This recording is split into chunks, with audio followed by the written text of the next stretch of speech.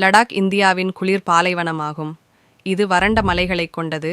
அங்கு மரங்களோ புற்களோ இல்லை. ஏனெனில் இங்கு ஆண்டுக்கு சுமார் 3 அங்குல மழை மட்டுமே பெய்கிறது. வறண்ட நிலப்பரப்பில் தண்ணீர் கிடைப்பது சவாலானது. இந்த வறண்ட இமயமலை பகுதியில் அமைந்துள்ள பாங்காங் ஏரி இமயமலையில் உள்ள மற்ற எந்த ஏரியை விடவும் பெரியது. இது கடல் போன்ற தோற்றத்தை கொண்டது. மேலும் 13,000 அடி உயரத்தில் மலைகளுக்கு இடையில் அமைந்துள்ளது. இந்த ஏரியின் நீளம் 160 கிலோமீட்டர் ஆகும். இது புனேவிற்கும் மும்பைக்கும் இடையிலான தூரத்துடன் ஒப்பிடத்தக்கது. இவ்வளவு பெரிய ஏரி வறண்ட பாலைவனத்தில் இருப்பது குறிப்பிடத்தக்கது. அதனால்தான் இது புராணமானது. பாங்காங் ஏரியின் நீர் குடிப்பதற்கு ஏற்றதல்ல. மேலும் இது இந்தியாவின் மிக உயரமான உவர்நீர் ஏரி என்று அறியப்படுகிறது. இந்த ஏரியின் ஒரு பகுதி மட்டுமே 30 முதல் 40% இந்தியாவில் காணப்படுகிறது. ஏனெனில் அதன் பரந்த தன்மை காரணமாக 2 நாடுகளின் ஒத்துழைப்பு தேவைப்படுகிறது. இது கிழக்கு லடாக்கில் உள்ள காரகோரம் மலைத்தொடரில் உருவாகி மேற்கு திபெத் வரை நீண்டுள்ளது. இது ஒரு ஏரி மட்டுமல்ல, ஒரு முழு கடல் போலவே உணர்வளிக்கிறது. இங்குள்ள கடற்கரையில் கடலில் வருவது போன்ற அலைகளை கூட காணலாம். மேராக் கிராமம், மெராக் வில்லேஜ். பாங்காங் ஏரியின் அழகை மேலும் மேம்படுத்தும் கிராமங்களில் ஒன்று மேராக் ஆகும். இது பனிமூடிய மலைகளுக்கு மத்தியில் அமைந்துள்ள அதிகம் அறியப்படாத ஒரு சிறிய கிராமம். இந்த நிலப்பரப்பு ஏரியின் காரணமாக ஓரளவுக்கு பசுமையுடன் காணப்படுகிறது. இது அப்பகுதியில் உள்ள கடைசி கிராமம் என்பதால் மிகச்சிலரே இங்கு வருகை தருகின்றனர். மேராக்கில் உள்ள வீடுகள் பெரும்பாலும் களிமண்ணால் கட்டப்பட்டுள்ளன. இதில் ஜன்னல்கள் மற்றும் கதவுகள் போன்ற மரப்பாகங்கள் உள்ளன. அவை உட்புறத்தை வெப்பமாக வைத்திருக்க உதவுகின்றன. வீடுகளுக்கு அதிக காப்பு இன்சுலேஷன் வழங்குவதற்காக கூரையின் மேல் புதர்கள் வைக்கப்படுகின்றன. மேராக்கின் தனிச்சிறப்பு ஏரிக்கு அருகில் நீர் இருபுறமும் ஓடும் ஒரு மணல் பாதையான அழகிய கடற்கரை. மேராக் கிராமத்தை சுற்றி பார்க்கும்போது நீரின் சக்தியில் இயங்கும் ஒரு இயற்கையான ஆலை கண்டுபிடிக்கப்பட்டது. அதற்கு ரண்டாக் என்று பெயர்.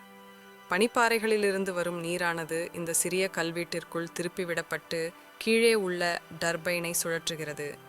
இந்த சுழற்சி அரைக்கும் கல்லை திருப்புகிறது. இந்த செயல்பாட்டில் பார்லி தானியங்கள் அரைக்கப்பட்டு சாட்டு தயாரிக்கப்படுகிறது. இருப்பினும் குளிர்காலத்தில் நீரோடை உறைந்து போவதால் இது கோடையில் மட்டுமே செயல்படுகிறது. மேலும் மேராக்கில் ஒரு மலையின் உச்சியில் மேராக் மடாலயம் அமைந்துள்ளது. மேலும் 2021 தான் குடிநீர் வசதி நிறுவப்பட்ட இந்த தனிமைப்படுத்தப்பட்ட பகுதியில் ஒரு அரசு பள்ளியும் நன்கு பராமரிக்கப்படுகிறது. லடாக்கின் தெற்கே 14,000 அடி உயரத்தில் அமைந்துள்ள கிராமம் ஹான்லே ஆகும்.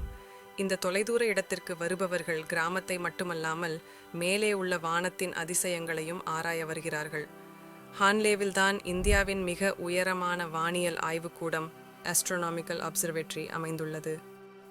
விண்மீன் மண்டலத்தை பார்க்க இந்தியாவில் இதைவிட சிறந்த இடம் இல்லை என்பதால் இது இந்தியாவின் முதல் டார்க் ஸ்கை ரிசர்வ் ஆகவும் உள்ளது. இங்கு நிறுவப்பட்டுள்ள தொலைநோக்கிகளில் இமயமலை சந்திரா தொலைநோக்கி மிக அதிக உயரத்தில் உள்ளது.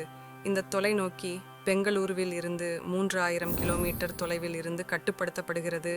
மேலும் அது சேகரிக்கும் தரவுகள் ஆராய்ச்சிக்காக ISROவுக்கு அனுப்பப்படுகிறது. ஹான்லே ஒரு குளிர் பாலைவனம் என்பதால் பெரும்பாலும் சூரிய ஒளி உள்ளதாகவும் மிக குறைந்த மழை பொழிவு கொண்டதாகவும் வானம் தெளிவாகவும் இருக்கும். இது பொதுவாக நகரங்களில் மறைக்கப்படும் அண்டம் மற்றும் பால்வெளி மண்டலத்தை பார்க்க சிறந்த சூழலை வழங்குகிறது. பால்வெளி மண்டலம் இங்கிருந்து மிகவும் அழகாக தெரியும். ஏனெனில் இந்த இடம் முற்றிலும் இருட்டாக உள்ளது.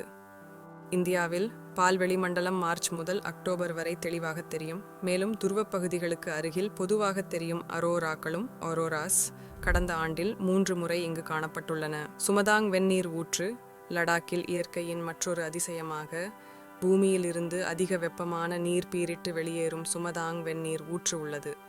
இது ஒரு இயற்கை அற்புதம்.